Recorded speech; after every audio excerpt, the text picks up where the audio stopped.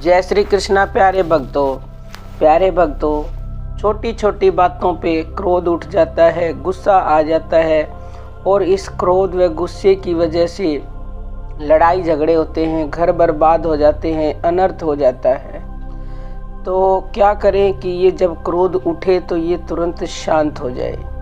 तो मान लो किसी ने हम पे क्रोध किया, तो अगर उसने तो क्रोध कर दिया, लेकिन अगर हम भी क्रोध करेंगे तो फिर लड़ाई झगड़ा हो जाता है और इसीलिए फिर अनर्थ हो जाता है।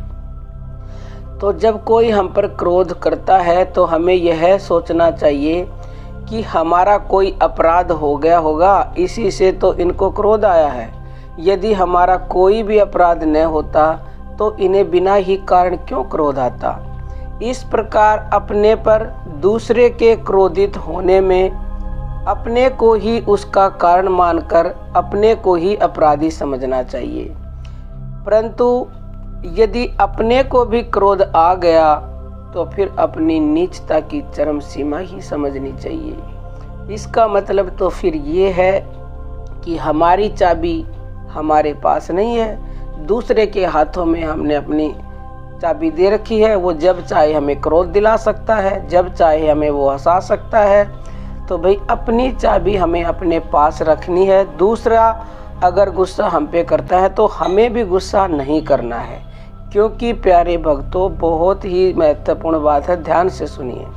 जब भी किसी जीव पर क्रोध करना तो समझ लीजिए कि भगवान पर ही क्रोध करना है।